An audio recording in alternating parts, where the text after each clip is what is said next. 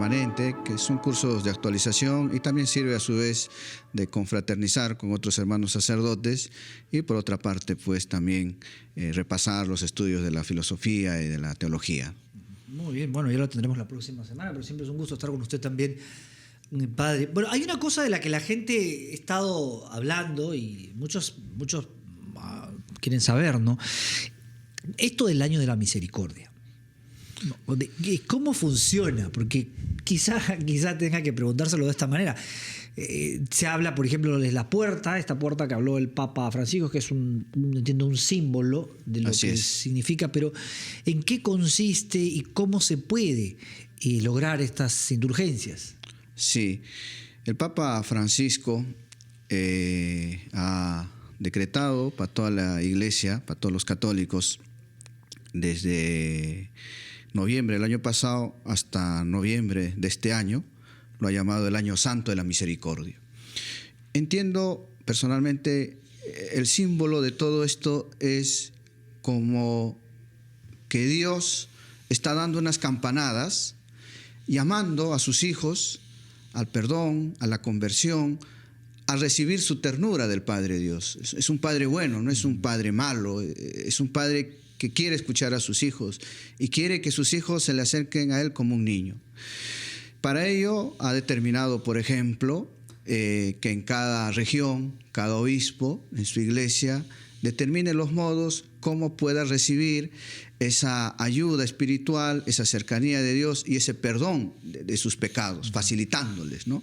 Entonces, de modo simbólico, cada obispo en su diócesis, aquí en Lima, por ejemplo, el cardenal ha determinado 15 iglesias, por los cuales los fieles, después de asistir a la misa, después de comulgar, después de rezar por el Santo Padre y después de hacer una obra de misericordia y a su vez pasar simbólicamente por esa puerta, pueda ganar las indulgencias. Las indulgencias son aquellos actos por los cuales uno gana una gracia de Dios y rezarse el daño causado por sus pecados.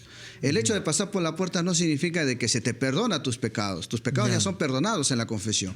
Al pasar por la puerta santa, lo que obtienes es resarcir ese daño que has causado por el pecado, porque después de la absolución, después del perdón del pecado, queda una huella en el alma, y esa huella del alma hay que repararlo, hay que resarcir, y las indulgencias te ayudan a eso, ¿no? Que puede ser también, por ejemplo, hay otras indulgencias, es, por ejemplo, rezando el Santo Rosario o haciendo el Vía Crucis los viernes. Entonces, son formas por las cuales uno rezarse el daño causado. Ahora, uno puede preguntar, ¿cuál es la base de eso? ¿Cuál es la base, no sé, bíblica? Sí, a ver, la doctrina en la Iglesia está recogida en la Santa Palabra de Dios. Hay 3 estados de vida después de la muerte, ¿no? El cielo, el purgatorio y el infierno, ¿no? Eso es dogma de fe y eso así está recogido y eso está dentro del catecismo también explicado. Y siempre la Iglesia en sus más de 2000 años lo ha recogido y lo ha custodiado como recibido por el mismo Señor. Después de la muerte uno recibe el juicio particular, ¿no? El juicio particular distinto al juicio universal. El juicio universal, como dice el Apocalipsis, será al final de los tiempos cuando venga Cristo con sus apóstoles y juzgue, ¿no?, a todos los vivos y muertos. Pero mientras tanto viene el juicio particular. En el juicio particular uno recibe el premio de lo que ha ganado en este mundo, en este valle que peregrinas, ¿no? En este mundo que no es el nuestro, no somos ciudadanos de este mundo, somos ciudadanos del cielo celestial, tenemos un lugar reservado en la casa del Padre Eterno. Entonces, en el juicio particular, uno recibe su premio, los que mueren en gracia, los que están arrepentidos de sus pecados y han actuado conforme a su conciencia o conforme a su ley natural que está inscrito en su corazón, pueden ir al cielo. Aquellos que no se han arrepentido, aquellos que se cierran pertinazmente a la fe, soberbia, orgullo, o no han querido buscar la verdad, blasfeman de Dios deliberadamente, pues lógicamente tienen ese premio, ¿no?, que la Sagrada Escritura llama el lugar del rechinar de los dientes. Y todas aquellas personas que tienen su arrepentimiento, están en gracia de Dios, pero todavía queda la huella en su alma, todavía queda algo que resarcir, algo que reparar, ellos se van al purgatorio. Entonces, mientras ese estado de vida, que es el purgatorio, todavía permanece, nosotros desde la tierra podemos ganar indulgencias para que ellos acorten el tiempo del purgatorio, se las pueda perdonar lo más pronto posible sus pecados. Pero también podemos ganar indulgencias por nosotros mismos, de huellas de nuestros pecados que todavía queda después de la confesión. Yeah. Ahora, como usted dice, no reemplaza la confesión. La gente tiene que de todas maneras ir a confesarse. Efectivamente, o sea, el sacramento de la confesión, no basta el digamos, sacramento ir a estas iglesias. De la misericordia de Dios, esa doctrina sigue perenne, actual, y eso no ha cambiado nada. Lo que está facilitando es que después de la confesión, que ya se te perdonó el pecado, esa huella que ha dejado el pecado, ese resarcir el daño causado en tu alma, se pueda agilizar en su perdón total a través de las indulgencias. Pero las indulgencias no significa el perdón automático de tus pecados, pero de aquellos pecados graves que has cometido, que son los pecados mortales. Ahora, cuando uno habla de indulgencias, pues uno tiende a recordar lo que eran antes las indulgencias, o por lo menos en una parte de la historia de la iglesia, cuando eran un mecanismo para poder obtener dinero, financiar algunas cosas, ¿no? de parte de la iglesia.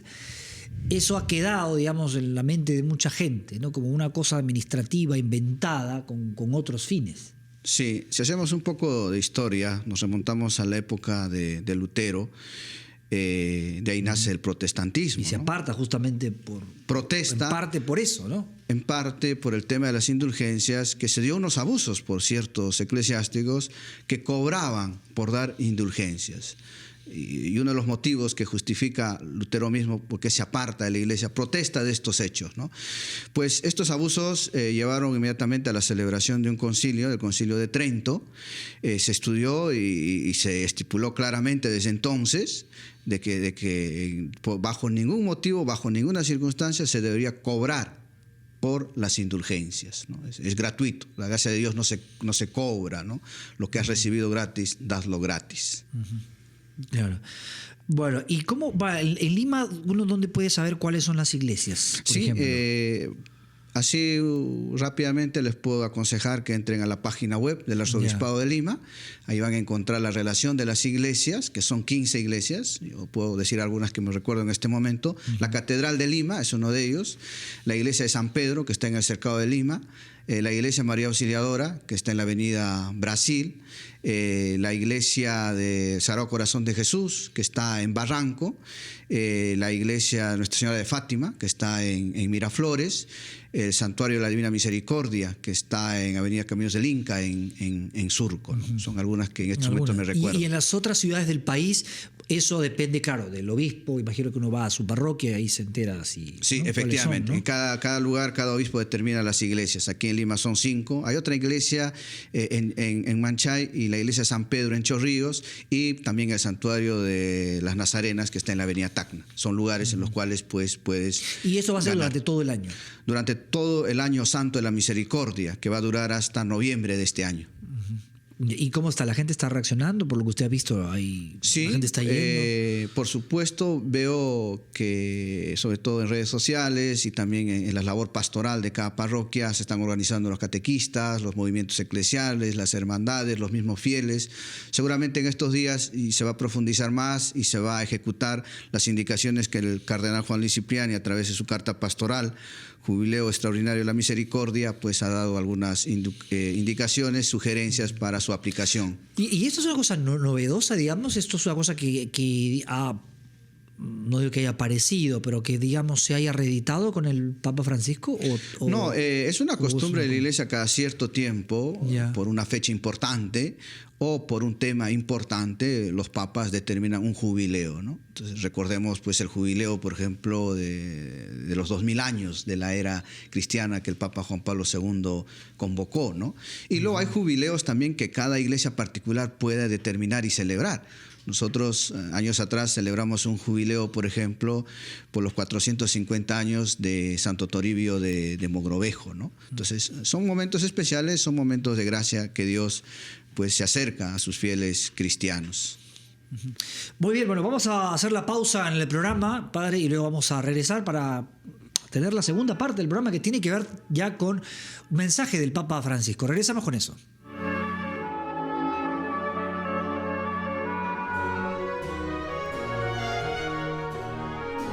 Vamos a justamente escuchar parte de lo que fue uno de los mensajes del Papa Francisco en su reciente visita en los Estados Unidos, concretamente en Nueva York, en el famoso Madison Square Garden.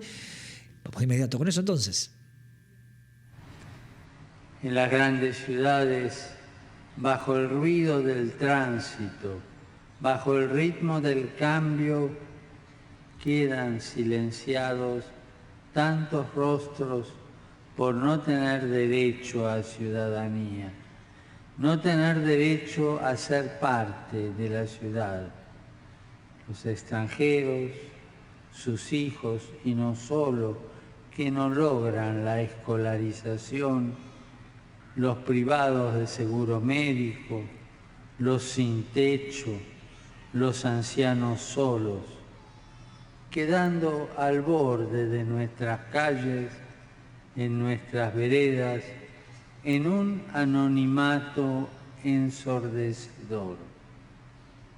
Y se convierten en parte de un paisaje urbano que lentamente se va naturalizando ante nuestros ojos y especialmente en nuestro corazón.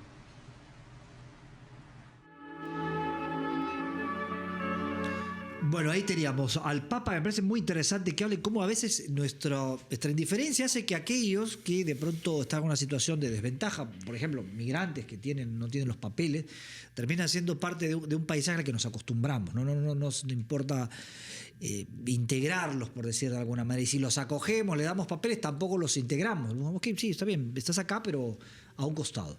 Es grande el reto que se plantea. Sí, Armando. Acabamos de escuchar al Papa Francisco. Es pura doctrina social de la Iglesia y no es política, es su misión con el Evangelio anunciar, y especialmente a los más excluidos, a los más desprotegidos, a los más sufrientes en una nación. Y qué bueno escuchar estas palabras del Papa, y seguramente a todos los fieles católicos, creyentes y no creyentes también, nos ayuda a reflexionar en esta coyuntura que estamos viviendo dentro del proceso electoral en nuestro país. Qué importante es la familia en la sociedad. Y a veces se extraña que los políticos hablen de la célula básica de la sociedad, porque como sea la familia, así va a ser la sociedad. Y efectivamente hay temas que vemos y así lo transmiten los medios de comunicación: falta de seguridad ciudadana, o el tema de la lucha contra la corrupción, por ejemplo. Pero la familia, ¿dónde queda ante todo esto? O sea, sin familia constituida con valores, con principios, una familia protegida, pero lógicamente vamos a tener una sociedad insegura, porque los ciudadanos, si vienen con lo que reciben en su familia, también lo van a dar en la sociedad. La labor que realiza la Iglesia a nivel mundial, o aquí en el Perú, es grandiosa, es grandiosa. Me viene a la mente, por ejemplo, postas médicas, comedores populares, guarderías, asilos de ancianos, también puericultorios donde se tiene a esos niños huérfanos, abandonados, también labores sociales en los pueblitos más olvidados de la selva o de la sierra, donde no hay ni luz, ni agua, ni televisor. Claro. Ahí está presente la Iglesia. Y mucha de esa labor no es propiamente a su ideario fundacional, sino son momentos en los cuales a través de la doctrina social la Iglesia ayuda, pero son labores fundamentales del Estado, que el Estado no llega y no cumple, y la Iglesia está ahí. Yo diría... No imagina que si no la Iglesia no hiciera esa tarea, tremendo problema en el que estaría metido el Estado, porque no tiene manera hoy de acoger a toda esa gente. Efectivamente. No hay forma. Y no solo lo vemos en la actualidad, sino que también, y así lo reconoce la misma constitución política de nuestro país, la importancia de la Iglesia en la formación moral, espiritual, cultural de la nación del Perú. Recordar el aporte de la Iglesia, no solo en la cultura o en lo espiritual, sino también en lo económico, durante la época de la independencia de nuestro país, o en la época con la guerra con Chile. O sea, la Iglesia siempre se ha identificado con esta nación, con este pueblo, y ha aportado todo lo mejor que quería. Y sería de falta de memoria, sería ser desagradecidos en no reconocer todo esto a la Iglesia, ¿no? Su labor social. Lo que habla el Papa también es de la situación en la que se encuentran pues, los migrantes, ¿no? Y claro, uno debe entender los migrantes en sentido amplio, no solamente el extranjero, sino el que llega de otra ciudad. Que deja su pueblo, que deja su comunidad, y así encontramos aquí en Lima. Bueno, ¿no? en Lima que todos somos de alguna forma, ¿no? Sí, de alguna forma hemos venido de provincias, algunos por el peligro del terrorismo en su momento, claro. Otros por una necesidad económica, otros tal vez incluso porque recibieron en la capital pues la ayuda médica más adecuada, más oportuna, y ya se establecieron aquí, ¿no? Entonces, ¿qué estamos haciendo por las periferias que llama el Papa Francisco, ¿no? Por esa gente que está en los conos, en los alrededores de la ciudad de Lima, ¿no? En mi labor pastoral te puedo decir, Armando, que a veces te parte el corazón cuando ves gente de la ciudad, aquí en Lima, por ejemplo, que puede tener dinero y puede estar haciendo mal uso de su dinero, y desde el lugar que vive, pues a 10 minutos te puedes encontrar en personas, en familias que viven a diario tal vez con 5, con 10 soles, ¿no? Y pasan extremas necesidades, y a veces estamos viviendo de espaldas a esa realidad, y estamos en la misma ciudad, y estamos en el mismo distrito, y estamos en el mismo barrio, ¿no? Aquí ayudaría mucho una reflexión por parte de todos, ¿no? También religiosos, no creyentes, y también los políticos, ¿no? ¿Qué van a hacer por esa gente más excluida, más necesitada, que necesita ayuda, que necesita ese pequeño empujón? Que esa gente no necesita que le regales el pescado. Esa gente necesita que les enseñes a pescar, porque hay que sacarlos de la pobreza, pero a su vez hay que ayudarlos y a que empiecen ellos también a pescar, ¿no? Exactamente, porque eso termina favoreciendo a toda la sociedad, ¿no?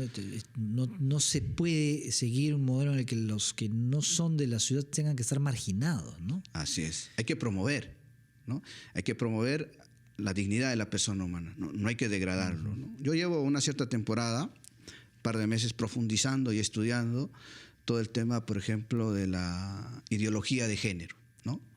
Que es un sistema perverso, malvado, que es como un transatlántico, que sobre él lleva todo lo que hoy en día estamos viendo que quiere destruir los principios y los valores de la sociedad, como puede ser el aborto, el matrimonio homosexual, la eutanasia, o excluir a todo creyente de su fe de todo el ámbito público.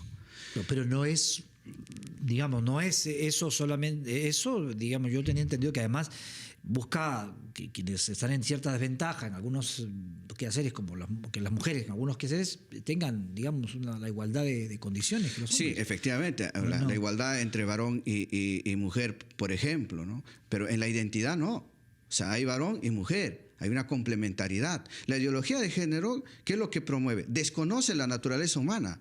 La ideología de género no considera exclusivamente que existe varón y mujer, sino que el ser nace neutro. El ser, la criatura desde que nace, él tiene que construir su sexualidad. Eso es mucho más terrible que la corrupción. La corrupción se puede combatir, se puede investigar y condenar y que acabe en la cárcel ese corrupto. Pero destruir la familia ya no se puede reparar. El daño que se ha hecho es irreparable. Es destruir, quitar de su esencia a esa familia constituyente varón y mujer, y defender la vida desde el mismo momento de la concepción. Cuando una mujer está embarazada, no es solo su cuerpo, y eso no hace falta ser genio, sino basta ver los estudios científicos de que en el vientre de esa mujer embarazada ya hay otra vida distinta a su cuerpo. Es otra vida independiente que lleva a que, lógicamente, apoyarlo y defenderlo, porque es un ser que está indefenso. ¿Y cómo puede ir en contra de la familia que más personas quieran casarse? Primero, yo considero... ¿Cómo puede ir en contra del matrimonio que más personas quieran contraer el matrimonio? Sí, el derecho a casarse es, como dice el derecho romano, el ius connubii, ¿no? Cada persona tiene derecho a casarse, ¿no? A eso no se le puede impedir, pero sí puede haber algunas prohibiciones, y así lo recoge el Código Civil peruano y también el derecho canónico. ¿Cómo facilitar que esas personas que tienen ese derecho a casarse lleguen con una formación, lleguen preparados a la vida matrimonial. Pues en la iglesia, a través de la catequesis, desde niños, los jóvenes, y también las charlas prematrimoniales, que se les aconseja, que se les ayuda, que se les exhorta, y se da la formación sobre los principios, los fines del matrimonio, la ayuda mutuamente que se deben dar, la felicidad que mutuamente han de buscarse con todas sus fuerzas y que se comprometen para toda la vida. El matrimonio que nace en el consentimiento lleva a que ambos se hagan una sola carne y busquen un proyecto en común hasta que la muerte les separe. Y bajo toda circunstancia, en la enfermedad, en el éxito, en el triunfo, en el fracaso, en el momento de desgracia, en el momento de la enfermedad, en el momento de los éxitos, todo tienen que compartirlo y vivirlo y buscar su propia felicidad, ¿no?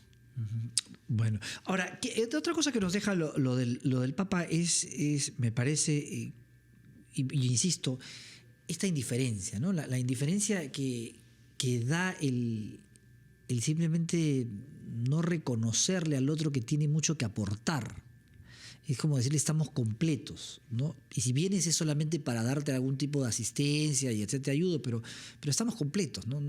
Tu aporte no es valioso.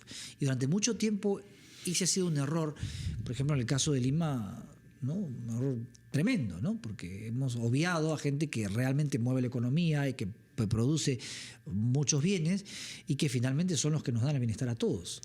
Sí, en la doctrina social de la Iglesia existen dos principios claves, ¿no? El principio de subsidiariedad y el principio de solidaridad.